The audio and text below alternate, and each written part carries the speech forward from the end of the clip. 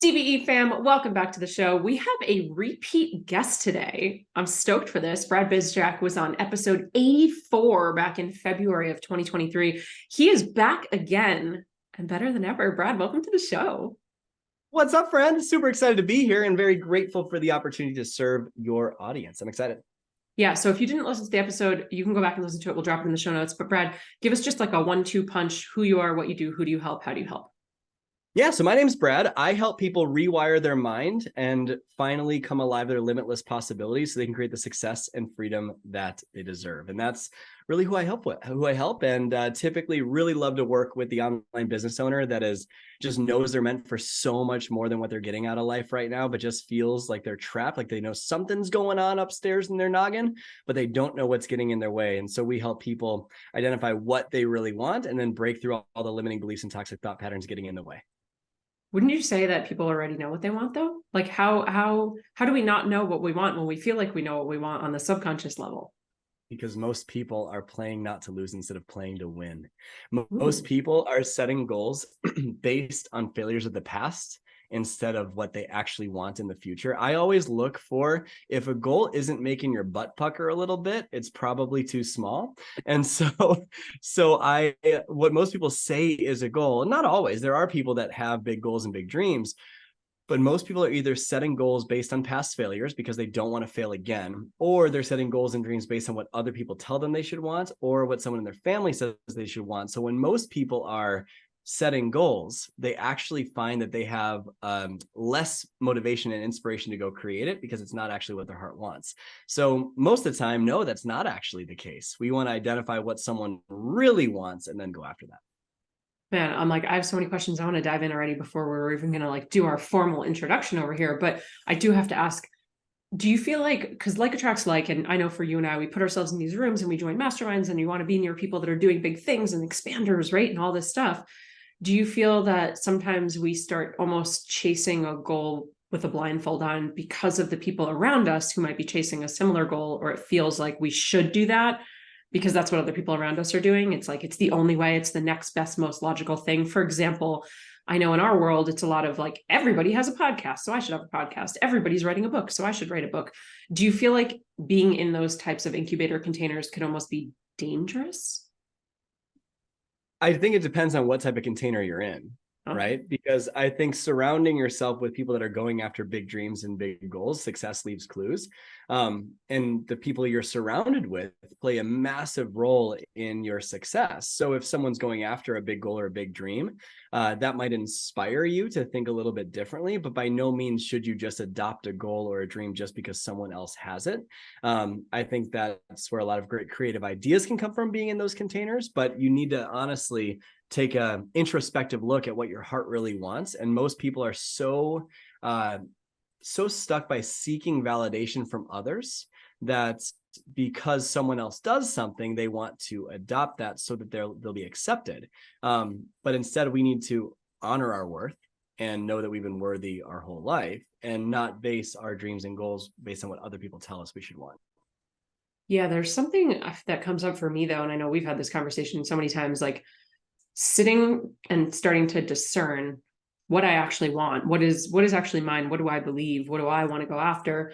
It's kind of scary because you don't know what you're going to come up with, or is someone else going to think it's stupid, or will I ever actually be able to reach that goal or obtain that, or who am I going to have to become in the making, and am I going to have to let go of people or things that I have to become that person? And so I feel like it's almost like ignorance is bliss. And so rather than actually taking a look inside and going introspective of what do I really want, it's easier just to like not numb out, but like, no, I'm just going to kind of like follow blind or like just do whatever everybody else is doing. I don't know if that makes sense, but that's definitely how I feel. Yeah, it makes total sense. I mean, ignorance is not bliss. Ignorance is pain.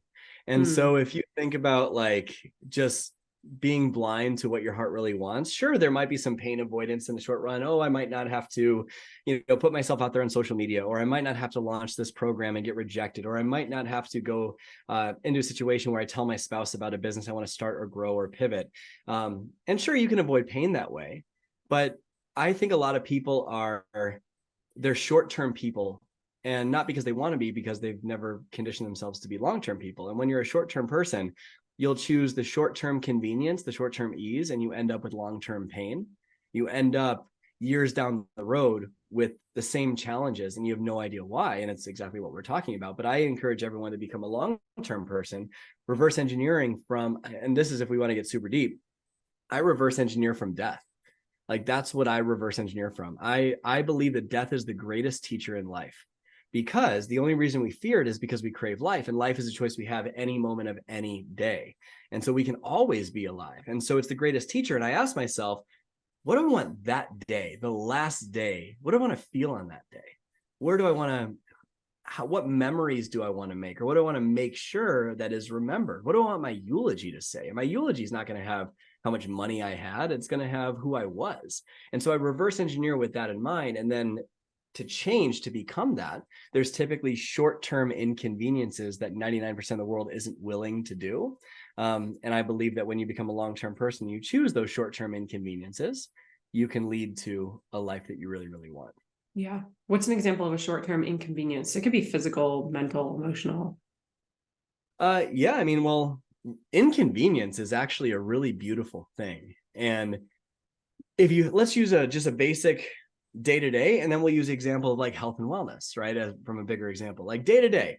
When you start your day making your priority list or whatever it is, most people choose the convenient approach, right? They choose the easy thing that checks off a little bit to make them feel like they're making progress and they're just clearing off some time, but they're not actually choosing the inconvenient thing that would move the mountains and the boulders that would actually yield the results. They choose convenience over inconvenience. If you chose inconvenience, you eat that frog like Brian Tracy talks about, and you do the most inconvenient, probably the most important thing first, you'll have the better results. Then when you think about something like, let's say that you have a massive goal of losing 100 pounds. Not saying that should be your goal, just if that is your goal. Fantastic. Well, the convenient thing would be to choose not to exercise. The inconvenient thing would be to move your body and choose healthy foods, right? Yeah. So making inconvenient choices can lead to a very convenient life. I love that. It's the art of delayed gratification, which I think for me, being a gymnast growing up, that was like one of the biggest lessons that I learned was delayed gratification. There were skills that you knew you weren't going to be able to get for 3, 4, 5 years because it was cumulative learning of like, first it's a cartwheel, then it's an aerial, then you can do the cool thing with the twists and the flips, right? So it's like that delayed gratification, I think, is one of the best gifts I ever got from my sport growing up. And I've taken that with me. And I definitely think that in entrepreneurship, that's a muscle that a lot of people aren't willing to flex, especially living in this like Amazon Prime world where it's just, if you're not watching the YouTube, Brad just gave us his gun show. The Amazon Prime world of like instant Uber, everything is like just push of the finger and it's at your doorstep. So it's not fully our fault that we all also have been patterned into this like instant gratification thing. It's the society, the world that we're living in right now. So I think it takes a little bit more discipline and a little bit more practice to really work those muscles of delayed gratification. 100%. You get rewarded in public for what you practice in private. What is it? Work hard in silence, let success be the noise. Ooh, I've never heard that one, but that's a good one. Yeah. And this doesn't mean, by the way, that you don't look for like the quicker route, or it doesn't mean you don't look for a mentor to guide you to learn a skill or something to move you forward faster. It just means that you choose the thing that will actually yield the result and not BS yourself into thinking, okay, avoidance is some great strategy. All right. So you said when you reverse engineer and you're thinking about your last day on earth and sort of what do you want to be remembered for, not how much money did you make, right? Which of course is huge. One of the things that I think of when I think of you is just giving. It's the heart that you have. It's your ability to give. It's your passion and your purpose behind it. You're always giving. And so I want to share, I didn't tell you I was going to do this, but I want to share this past week as we're recording this episode, I flew home for a family emergency. I was very off social media. I was very off of the business. And you sent me a text message, personal text message, not knowing anything that was going on in my life. And you said, hey, do you need anything at all? Mind you, you're in a very busy season of your business right now. You said, if there are any calls or anything that you have going on, I'm happy to lead a special mindset call so that you don't have to, just say the word and I'm there. That is like Brad in a nutshell. And just for anyone listening, he doesn't work in my business. He's not one of the coaches inside of Empower or DBE. He just reached out, was like, I don't know what's going on here. If you want to talk about it, if you don't, how can I help you in your business? And like, what can I do to take over? that's the type of guy you are. And so I would just want to say that I love you. And I'm so grateful to be having this conversation with you. I just put a big smile on my face, make me blush. Yeah, I mean, me too. That was like the best, most unexpected text message to get. And I screenshot it and saved it. So thank you for that. So we're coming up on a year. Was it a year ago? November? I guess it was November 2022. Yeah. So we're coming up on a year ago. You and I were at a basketball game together, as we do, such sports fans. And we were at a basketball game in Phoenix and just walked into the arena. Is it an arena? Like stadium? We'll go with that one. Yeah, arena. Walked into the arena, just like talking to each other, shooting the shit, end up sitting next to each other. God bless your soul. You didn't expect what was about to unfold. Neither did I. But then over the process of whatever 3 hours of this basketball game, you unintentionally coached me. You gave me a coaching session all around rewiring my mindset, which I thought I had on lock because like I've been quote unquote doing this work for over a decade. So I thought I had it on lock, but also I knew that I didn't. And I'm happy to talk about what that was, because I think it'd be really helpful. I haven't really shared the story too much with my audience or social media. I've sort of alluded around a dark time. And I had gotten to a place where, like you said before, it was like, I knew something was stuck, or I was so sick and tired of my own BS and I needed help, but I didn't know what type of help that was. Or maybe I wasn't quote unquote ready for help. I didn't know how to ask for help. And so it just sort of came up in conversation as we were talking. And I don't remember why. I don't know if you do. I don't remember why, but you basically coached me this entire game. And we came to this realization that I had been getting in my own way on purpose. There was a sabotage happening, a pattern of sabotage happening, because I think I was afraid to be seen as who I really was, to go after the things that I really wanted, to say the things that I really wanted to say. And I had almost created like a mask, like a costume that I had been wearing. Not that I wasn't actually myself, but I was like, it was a protective armor that I was wearing.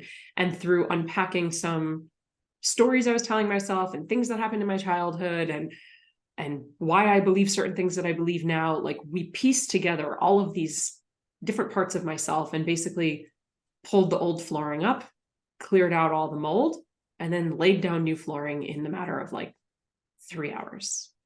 That's pretty cool. It was really cool. It was really cool. I'm curious, were you able to see a shift? And you can be honest, were you able to see a shift in me from the beginning of that conversation to the end? Yes, like absolutely. And I think this happens really, really easily when we get into the self-exploration mode, or we're chatting, not even if we're in self-exploration, anytime that we're challenged to become more. The ego is such an interesting thing, right? Everyone's greatest obstacle, EGO. And so it will challenge us to get outside of our shell. And we don't want, it's uncomfortable to do that. I think about hermit crabs, right? My buddy Jim, I don't know if I told you this story before. Not really a story, just a metaphor. Like if we think of ourselves like little hermit crabs, cute little creatures, right? And they grow to the outer edge of their protective coating, their shell, right? And when that happens, the hermit crab has an interesting choice. The hermit crab can either stay in the safe shell where it's coming up against this and it feels this dull, achy pain, but it's used to it, right? It's used to this dull, achy pain. It can take it, right? And then that leads to, where that leads, just never grows. Or the hermit crab can leave the shell and can be seen, and the barracudas could get it. Yes, right? Or naked. whatever. Yeah. Yeah, you feel naked and seen, and then you go and explore and find a bigger shell that allows you to, grow into the next version of yourself. And so I think it's actually really common when you're in a situation like that to want to stay in the shell because you're risking being seen, but it's a much greater risk to not be seen. It's a much greater risk to stay safe for years and years and years. But so to answer your question, at the beginning of the conversation, like you were open to chatting, but as we kind of you were talking, you were giving me the BS correct PC whatever answers, and I just kept on digging, and it was like, and just because like I don't know if it's a ability to recognize patterns or something, I just recognized there was a pattern going on, and so I just wanted to rip that out and clear out the mold and lay down some flooring, and you gave me permission to do that and to talk through it, and then once the awareness happened, I forgot the exact words, but it was something about volume. toning on the volume. Maybe you remember exactly what it was. Yeah. Once that happened, your whole body changed. Your shoulders were down, your smile was bigger, you were more relaxed, you were excited, you were smiling. It was just everything shifted because we got to that one insight. And that's one thing that I always share in every single talk I do. You're only one insight away from a radically different life. And so it was one insight, and it was about volume. Do you want to tell everyone what that was? Yeah, I forgot about that until you just mentioned it. I remember sitting there I kept saying over and over that I felt like I didn't know what I wanted to say, whether that was like how I was showing up in my business or if I was creating social media content. Like I didn't have a voice. I didn't know what to say. I felt really lost. I felt really confused. I had been sort of doing and saying the same thing for so many years. And then I've said this before, it's like the more that I learn, the less that I know. And so over the years being in this business for over a decade, the more that I learn, I feel like, oh my gosh, wait, like I don't know anything, or now I wish like I didn't have all these data points and baselines. It felt easier before, if I'm being honest, right? And I think we talk about this a lot as entrepreneurs, where when you go into that first launch and you have nothing to compare to, and you're just like, I'm just going to show up and see what happens, versus your 130th launch where it's every single time it's multiple six figures, and like this is what we're used to, and these are our metric conversions, and I pay people on salary. Like there's just a different pressure that kind of comes with that. Self-induced, but it is a reality. And so I kept saying over and over how I like don't know who I am anymore and the direction I want to take. And I had just created my new Instagram account, I think, or I was in the process of creating it, which I was going to change my last name, which legally I'm still Glazer, but like I was going to change my name. And this whole idea of like, but what if everybody doesn't find you? And what about all your media and exposure and TV and magazines and all those links go back to Glazer? And this is so confusing. And for me, that was part of the shedding. It was part of the identity growth that I was going through, getting into that new hermit crab shell. That's exactly what it was. It was like, I'm going to leave that stuff behind because I know that I'm worthy. I'm inherently worthy regardless of those accolades. And you said something to the effect of like, could it be true that you haven't lost anything? The volume has just been turned down, or like somebody accidentally like hit the mute button and we just have to like hit it again, or like just turn the volume back up. It's just been quiet. It hasn't been gone. It hasn't been off. And I was like, oh, somebody turn the volume down. Like, that's it, Brad. And notice her state right now, just saying it. Like, it's incredible. Yeah. Well, because I realized that there was a level of control that I actually did have, where it was like, wait a minute, I have the control to the volume. It's that simple. It was that simple. One little insight changed everything. And it was in that moment, there was a new belief formed. And when you have new beliefs, it's like laying down new flooring after clearing out the mold. And that's exactly what happened. Yeah. I was listening to a podcast this morning, actually. I can't remember who the guest was. And they were talking about the first question came from success is the worst teacher, right? Which I also believe that, like, success is the worst teacher. It's like, it's not actually teaching you anything. It's giving you a false sense of reality, or it's giving you like what could be. That's great. There's evidence there, but also like you maybe didn't learn the lesson as if it were a quote unquote failure, or if you had made a quote unquote mistake. Right. And they were talking about, I just lost my train of thought. What were you just saying? This insight, about this one thing. One insight changes everything, and you have a different belief, and it's like ripping up the flooring and putting down a new one, and then putting the new flooring down, and then like it's a whole new life almost instantly. Yeah. I forgot what he said. I'll come back to it because it was brilliant. Sorry for the cliffhanger, everybody. I've got like snot brain over here. I'll come back to it. But it was such a profound thing that it was so profound. I don't even remember. It's so profound. It's not linking up. It's in the ether somewhere. I'll come back to it. Oh, I know what it was. Maybe. I don't know. So we also had this conversation about being welcome to the podcast, everybody. We had this conversation about at the basketball game about my artistic side, right? And being an artist and growing up an artist, and my mom's an artist and all this stuff. And I was telling you sort of these, not childhood traumas, I guess they're little T's, right? Little traumas around art. And I was craving and missing art, but I'm so scared to put art out into the world because of these little T's that had happened, and I don't want to be judged, and is it good enough, and yada, yada, yada. And you also helped me reframe. I was feeling bored in my business, which I think is super common, especially after doing it for so long and like I'm launching the same thing over and over and over. Which, by the way, that's the way to do it. The quickest way to build $1 million business is to sell one product to one person that solves one problem on one platform, and just do it again and again and again and again and again. And your business is not meant to entertain you. Okay. So, but I still get in my own way, as we all do. And you help me reframe this idea of like, but I still am an artist, right? And I get to be an artist in my business, whether that's creating content or creating new programs. And you sort of just reignited my excitement and passion for the business, which was so interesting, again, by just like a little shift of like, but you are an artist and you're producing art every single day, even if it's not a drawing. And that stuff doesn't seem to scare you. So like, what's the difference? And like, why are you only calling yourself an artist in this capacity, but not in that capacity? So I thought that was really huge. Is that common, that people are seeing themselves in one way and only one way? It's kind of like, right now I see this view, but if I were to turn my back on you, I'd see a completely different view. But we're also just focused on like what's in front of us. We don't actually see what's around us.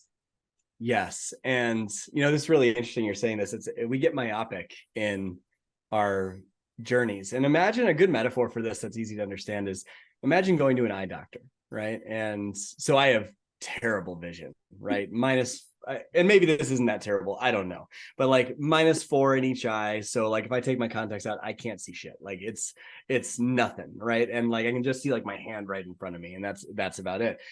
And so imagine going to an eye doctor, and if success is reading the bottom row of letters, the small tiny letters on the bottom row, if that's your definition of success, let's say that's your big dream, whatever we've identified as your big dream. When most people go to the eye doctor, they don't have any sort of glasses prescription, and they're squinting, they're leaning forward, they get a pounding headache, they can't quite see it, and they think that that's the way it is, right? It's just, well, it's harder for me. You don't understand my situation. It's more challenging, or this reason or that reason, or insert excuse or belief or whatever it is. And they think that this is their current reality, and they've quote unquote tried different things, tried everything to see the bottom row of letters. And, we've tried leaning forward, tried squinting, all this stuff doesn't work. And then what the eye doctor does is the eye doctor asks a series of questions. Hey, what can you see? What makes you see the bottom row better? 1 or 2, 2 or 3, 1 or 3, right? And so what happens? You start to identify, oh my gosh, I can see. And then you're given a new prescription. And when you have that new prescription, that new way of seeing things, otherwise known as the way your mind is wired, when you have a new prescription, you can see that bottom row very, very, very clearly with way less efforting. And it becomes flow. It's not saying intention doesn't go into building a business. It absolutely does. But it just is aligned and smooth, and there's no conflict and tension. And instead of having to force yourself to do something, or instead of these old stories coming up or pushing yourself to do something, all of a sudden you feel pulled, and all of a sudden it becomes so much easier to do the actions, and all of a sudden hard work isn't hard work anymore, and you just want to do it. And that's, I think, what happens when people get myopic in their vision. It feels like they're trying everything, but all they need is a different way of looking at the situation. And it's literally a different lens. You're looking through a different lens. Yes, I love that metaphor so much. My dad's an eye doctor, right? What? Yes, that one really hit for me. You do LASIK? Because I really don't want to wear contacts for much longer. No, he's retired now. LASIK is great. You should totally do it. Okay. Not that I've had it, but but I hear it's wonderful. I really, really love that, though. You're right. And, I always say you can't read a prescription bottle from the inside, but that's the same thing. It's like, it's literally a different lens. And we so often say, I've tried everything, whether it's a weight loss journey, you're in a marriage that's, approaching a transition out, you're building your business, it's like, I've tried everything. Well, have you? Well, have you? Name all the things. Yeah, name all the things. Oh, 3. You've tried 3 things. And you did them twice. Right. So with that, there's a follow-up question.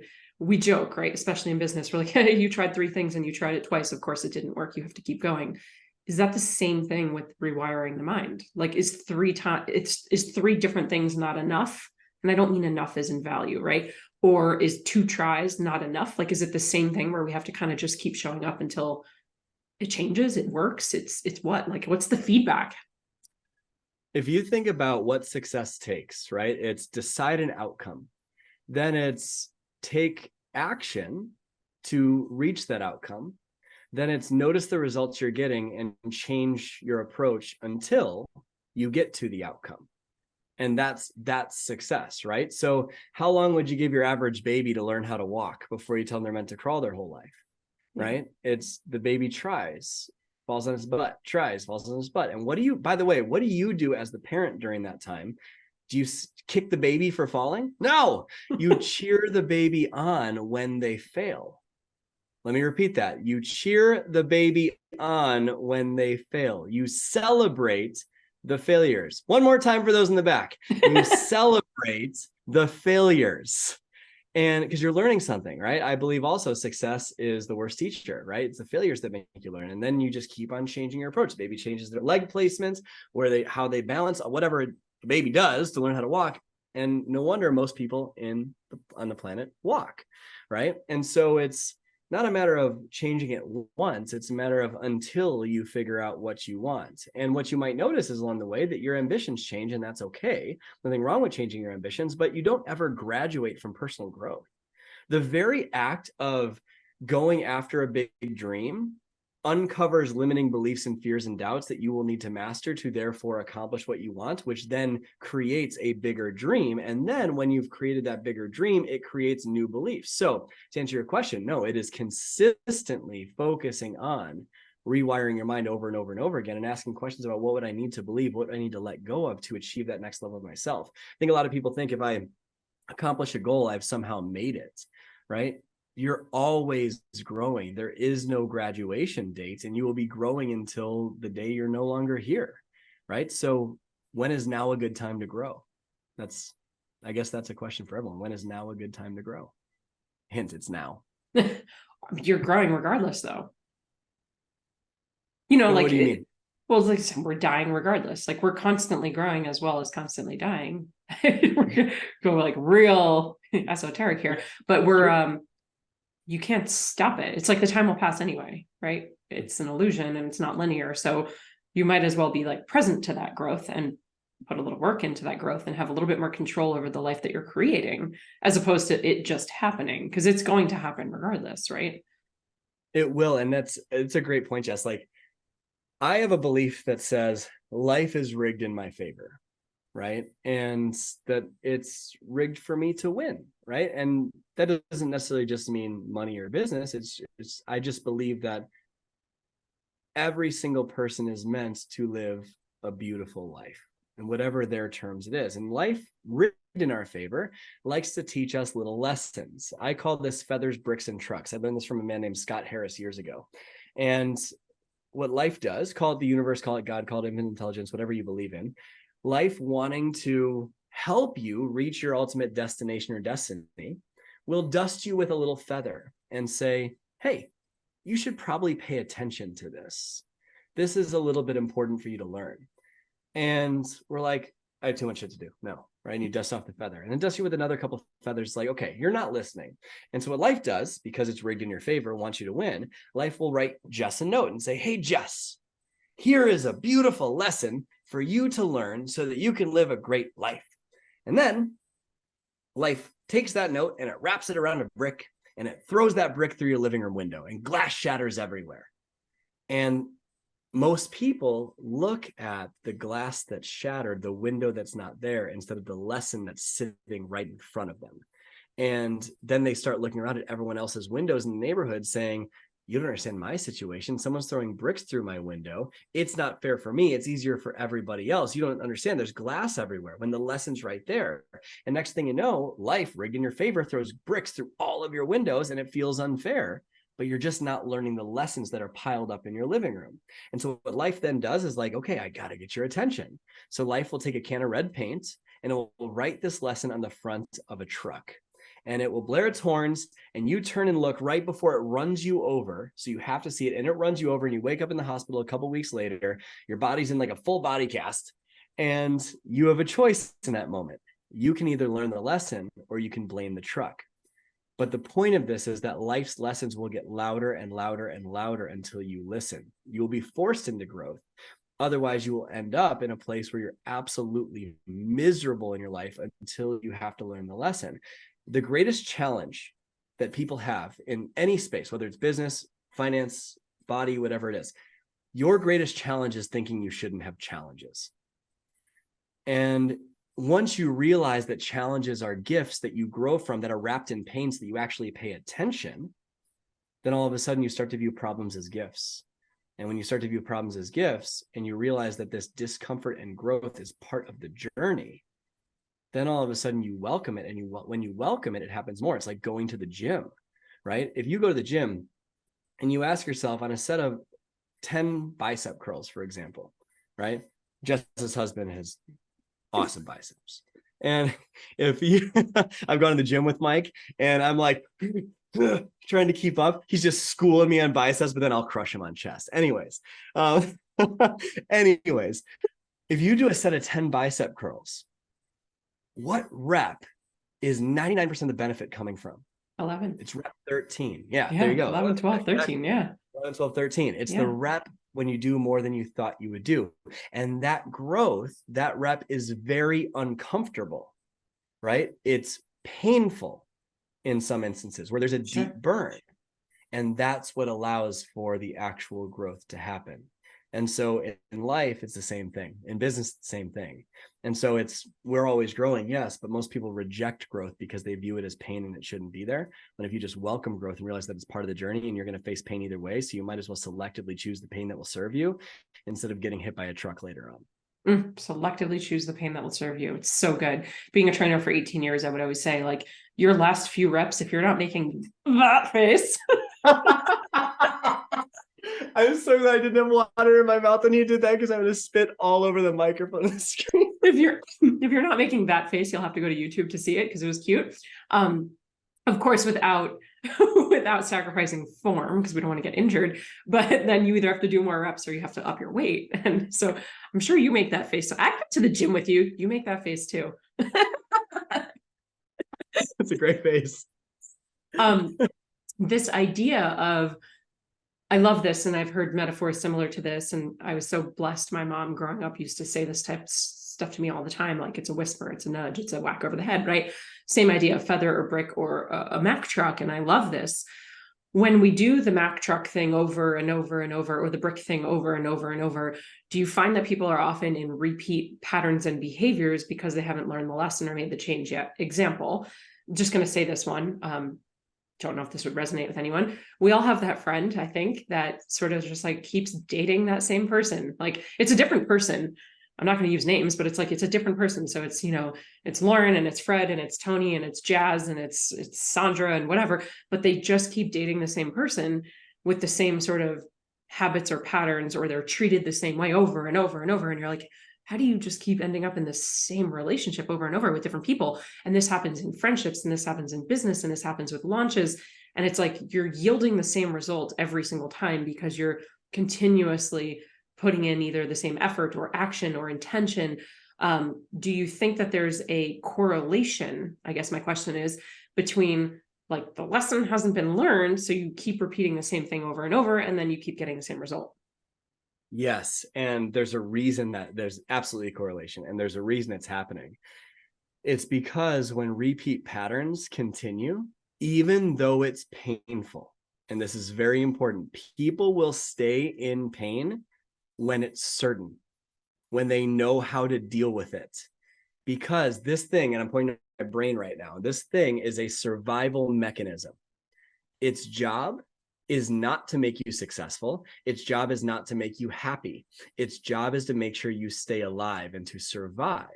And so what we want to do instead we need to look at it in a different way, right? Because if you are wired to survive, that means at any moment in time it's looking for things that are uncertain in nature, right? So a problem that comes up over and over and over again, what ends up happening is we know that problem. Yeah.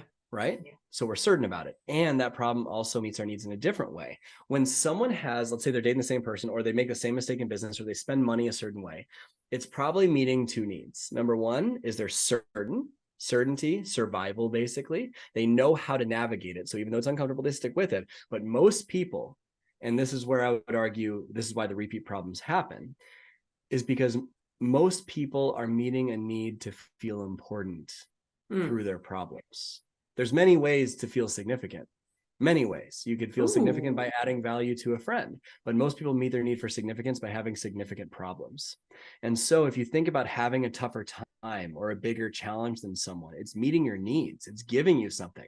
Because what do you get when you have a bigger problem than everyone else? You get sympathy, you get connection, and you get significance. And from those things, it actually reinforces the pattern. This is why when I'm coaching someone, I don't say, I'm sorry that's happening. Not because I don't care. I'll say sorry if there's actually something really significant going on and it merits sympathy, but I don't say I'm sorry because I don't want to reinforce a pattern that gets someone to stay in the same place. So what I would say to someone in that position is, what are you getting from running the same challenge on repeat? And then how could you meet that need in a more empowering way? Oh, that's the type of question that makes me just want to like shove you. What do you mean? Like when you're in it, like I'm going back to, because that it could be super triggering to hear somebody say that. So when I was sitting in the basketball game with you and that was your response, when subconsciously you're looking for the sympathy of like, oh, I'm sorry you're going through that, right? But you respond with like, what are you getting from that? It's like, Brad, what? You're like, screw you, Brad. Yeah, screw you. Like, come on, you're not doing your job. You're supposed to just be like sympathizing with me or empathizing with me, not testing me. Now, of course, you don't do that unsolicited, right? So it was like you made sure that there was a safe container and I had agreed upon it and all of that, but you did have to keep pushing me. This happened in your house a couple months ago too, where it was like I was starting to get heightened because I was so frustrated that I wasn't getting what I wanted out of it. And you were pushing and basically holding a mirror up. And so what a great coach does, and friend and mentor like yourself, you like, okay, you know what? Let's take a step away. Like this isn't effective for anybody because you're getting super heightened. We're not getting anywhere. We're talking in circles. So like, let's actually remove ourselves from the situation. We'll come back to this later today, or we'll come back to this tomorrow. Like, let's go on the boat, you know? And it was just like the best reset for both of us in that conversation. Mike was in the room too. So for the three of us, like in that conversation, it was sort of like, it's okay to put it down and to come back to it. It's okay to, because it is super triggering. You're asking questions that could feel very exposing, right? It could feel very vulnerable. Like, why do you keep doing that same pattern over and over? What are you searching for? And it's like, oh, don't make me talk about that. You know, it's just super uncomfortable. So I just love you again for that, where you're kind of like, okay, hold on. Like, I'm reading the room. I'm reading your energy. Let's come back to it. When we don't feel safe, when the certainty isn't there, when we don't feel safe, whether it's the ego or central nervous system, all of the above, we literally are on fight or flight. And that's what was happening to me in the room that day, where this was not the basketball game. This is another time that Brad was when Jess and Mike came to my house. Me. Am I just your triggering stupid friend? That's what I am, your triggering friend. No, you see me. You just see me, and you're willing to ask better questions, right? To get better answers. Because you see the pattern, you're like, oh, there's another brick. There, she's collecting the bricks again. Like, do you want to read what's on the bricks? I'll sit next to you and we can read the bricks together. Or you could just like let them pile up in your room. That's fine. But, you know, it's kind of annoying because you're in my house now and they're breaking through my windows and they're piling up in my office. So I'd like to remove these bricks if you're open to it. And it was, for me, I like didn't want to do the work, right? It's like, it's easier, like you said, the discomfort of being in the hermit crab shell where my skin is like rocks, I'm pressed up against the shell, is like, well, the discomfort there, it's the same story as the dog on the nail, right? It's like the dog sitting on the nail, or I just gave away the whole story. Damn. Well, the man who walks to work every day, and there's like an old man on his rocking chair with the dog on his porch, and the dog moans and groans every day, and the man walking to work in his suit every day says, like, excuse me, sir, why is your dog whining and crying? And oh, he's fine every day. Why is the dog whining? He's crying again. He's fine. And finally one day the old man in the rocking chair says, well, that's just because he's laying on a nail. And so the man in the suit's like, well, then why doesn't he get up? And he's like, because it doesn't hurt bad enough. You know, it's like the discomfort isn't bad enough. It will be one day, maybe if it gets infected or something, but it's just like, yeah, no, he's fine with just like the discomfort of pushing up against the shell, or like dealing with the same patterns over and over and getting the same result over and over. And there have been so many times I've sat in front of the room at our mastermind with our mentor and just told everybody I want to burn it to the ground, you know? And it's like, because I'm doing the same thing and I'm getting the same result. Shocking. When I'm looking at someone else's business, it's easy to say like, hello, wake up. This is what you're doing. You're in these same patterns. But when it's yourself, like we said, it's hard to read the prescription bottle from the inside. So I want to kind of just wrap with this last idea here of survival mode, because I love how you're talking about we're in survival. It's the fight or flight. You're looking for certainty, and we all do this. Are there other kind of like red flags, if you will, to when you know that you're in survival mode versus whatever's the opposite, thrivers mode, maybe? Yes. Speaking in generalities, then I'll break them down. Really simply said, it's when you're playing not to lose instead of playing to win. When you're playing life not to lose instead of playing to win. And by survival mode, a lot of times people are like, well, what does that mean? Am I in survival mode? You can label survival mode as perfectionism, right? That is a great way to know if you are living in that place. And I'll explain why. Perfection is a fear that you're not enough. Perfection is an evaluation of worth. That's what perfectionism is. It's, am I worthy? Is this enough? Does this matter? Will I lose love? Am I going to be okay? Right? And when like worth equals love over time, right? That's an equation you can use for worth. Well, love has always been abundant in your life, always. You just might not be seeing it, and you might have expectations about how that love is received, which is why you makes you question your worth. But love has always been there through the course of time, which means your worth has always been there, no matter what. But when we live in perfection, otherwise known as survival, we start to question worth, and it causes us to experience pain in three ways. And by the way, perfection is the lowest standard you can set for yourself in life because it guarantees pain. And that might hurt a little bit, but what a lot of people say, it's such a high standard. No, it's the lowest standard you can ever set because you never win. It's lower than doing nothing. And to all the achievers in the room, that might have just stung a lot. And you might want to punch me in the face. That's okay. Yeah. You can throw a brick through my window later. I got goosebumps and I'm mad.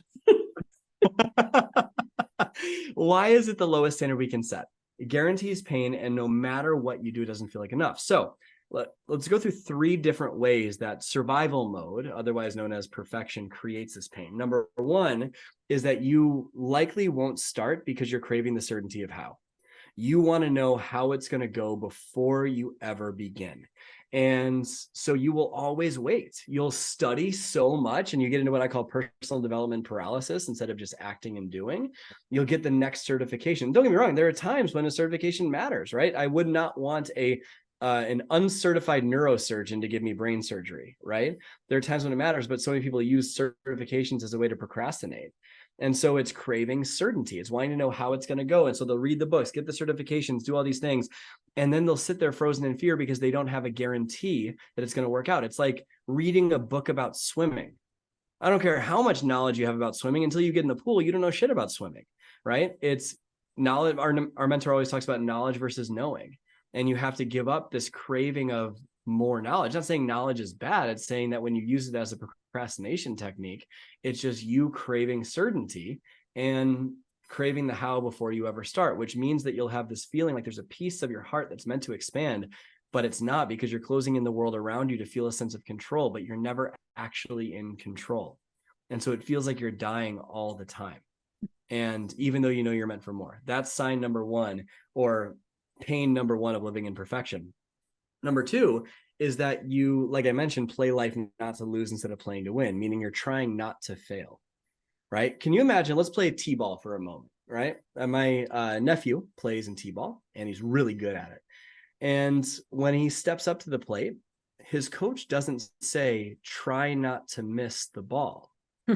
His coach says, focus and keep your eye on the ball and swing to hit the ball, right? And he crushes it, right? So most people are trying not to miss the ball. They're trying not to fail instead of trying to win. If I had you look around the room you're in for a certain color, let's say blue, right? And you look around the room and you find all the things you can count that are blue, go ahead and do that right now. I'm willing to bet that when you say that number, you'll have no idea how many things were in that room that were yellow. You have no idea. Why? Because you weren't looking for it, right? But when you count again, you look for all the things that are yellow, you will find them.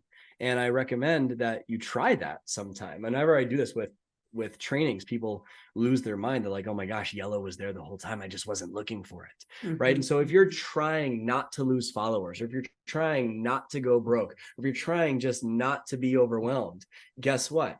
You're going to be focusing on that. And that's what it's going to create more of. So when you try not to fail, because you're basing your worth on accomplishments, you actually are less likely to achieve, but then it causes you to get into a state of attachment. And when you're in a state of attachment, you're basing your worth on I am my results. And so you'll want to tone down your goals to make sure you don't fail. And then you're not even motivated to go after those goals because you don't care about them. And then let's say you do achieve something, then you're afraid of losing it. And so you can never win. You can't sustain joy. And the third way, perfection guarantees pain, I kind of alluded to this, is that nothing you do will ever feel like enough. You will bounce from goal to goal, peak to peak, to-do list to to-do list. And it's like this little dopamine hit, right? You'll get this little release and it feels good. Oh my gosh, I made a great sale or whatever it is. And then it's back to problems. You can't sustain it. And it feels like everything's held together by a tiny little thread. You are on the constant brink of burnout and it feels like everything's going to collapse. And even when you achieve, you can't sustain joy. And even though people around you are inspired by you, you're not inspired by yourself. And then you start to lose the excitement and passion behind what you do. So you just can't sustain it and nothing ever feels like enough. So when you're in survival mode, otherwise known as perfection, and the symptoms are those three things. And when you live in those three things, like I said, it's the lowest standard you can set because you're always in pain. So what I would recommend doing instead is the exact opposite. Put yourself in growth environments. Welcome failure and celebrate yourself for not just what you've accomplished, but also who you are as a person. And you will notice that that threat of fight or flight tends to go away because all of a sudden you feel safe again because you're leaning more into your heart. I don't know if anyone's feeling seen right now or understood. I certainly am. And so let it be said, let it be known that even here, wherever here is that you might perceive myself or Brad at, I still feel those ways and I still have those thoughts and I still come up against those limiting beliefs. And I have found that every time my business plateaus or I feel stuck or maybe there's a dip, it's never like because the content isn't good. It's never because my email open rate dropped or something like that. It's always going back to let me work on myself. Let me realize what's going on with these thought patterns. Let me realize where there's a leak in the crack of the foundation. Let me go back. Let me rewire my beliefs. So, oh man, I'm so grateful for you. You have something incredible coming up that everybody absolutely has to come to. It's free. So like, hello, there's no reason to not come. It's multi-part, another reason to not come. And it's like Brad on so much more caffeine jacked up than he was today. Which is incredible. So tell everybody about Success Accelerator because I'm stoked. I'm already signed up and I will absolutely be eating up all of the content and doing all of the homework.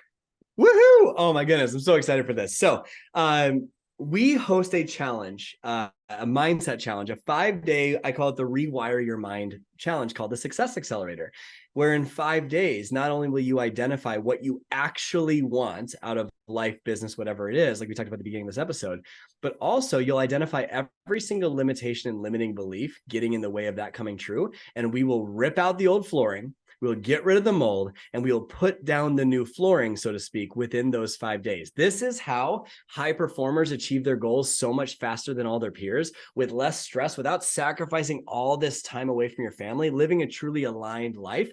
This program has served over almost 50,000 people from all over the world. It will transform the quality of your life. And you will come out those 5 days, a completely different human.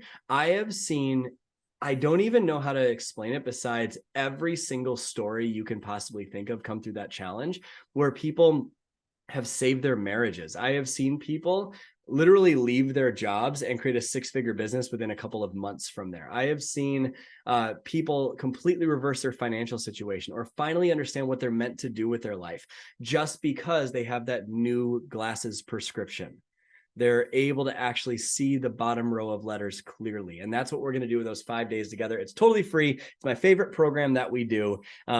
Jess has the link for you to enroll, but it's going to absolutely change the game. So join the Success Accelerator. We start next week. And so make sure that you are all signed up, ready to rock and roll. And it will be an absolutely fantastic experience. I'm so stoked. And for anyone who is at all, what would the word be? Not hesitant, skeptical don't forget, I started this episode by telling you how Brad shifted something inside of me within a 2.5-2 hour, 3 hour basketball game. So what he's going to be able to do with you, what you're going to be able to do with yourself and your own mindset and beliefs in 5 days is massive. Question, is this only for business owners? No, For this everybody. is for everybody. We're going to help you identify exactly what your unique definition of success is. And that's different for everybody. And so a business owner might have a goal of creating a 6-figure business. Another one might have a goal of growing their team. Another one might have a goal of just getting their first Instagram post up. And another person might want to change their marriage. They might want to be a better parent to their kids. Everyone's definition of success is different, but there are common patterns with limiting beliefs going on behind the scenes that prevent whatever someone's definition is. So no matter what walk of life you are through, you will identify exactly what you're after. Business, we have a lot of business owners in there, but this will serve literally anybody that knows they are meant for more out of life and want to create a life that very few people ever get to experience. I'm so jazzed for this, and I can't wait to see everybody inside. Here's what I want you to do. You're going to go into the link in the show notes, register yourself for free. When you do, take a screenshot of this episode or write like a quote or something that came up from this episode, post it on social media, tag me at I am Jessica DeRose, tag Brad at Brad Bizjack. Brad Bizjack. Let us know what your biggest takeaway was, or just let us know that you are coming to the Success Accelerator so I can find you inside the group and say hello to you so that we know who we are hanging out with. I think that's it, friend. We can do this forever. I'm like, I could talk to you forever, but I think it's time that we go about our days, you know? I'll miss you. It's cool. Love you so much. Thank you so much for being here. Like I said, as always, tag Brad and I at I am Jessica DeRose at Brad Bizjack. Get yourself signed up for the Success Accelerator. I will see you inside. And Brad, any mic drop for like just to end it, because I didn't do any final rapid fires. Just give me like one good boom. You have nothing to prove, and no matter what you accomplish, no matter what you create, just know that you feeling alive and you feeling happy and you feeling worthy before creating that is the very key that will allow you to create it. I love it. Love it. That's all. As always, friends, cheers to your evolution.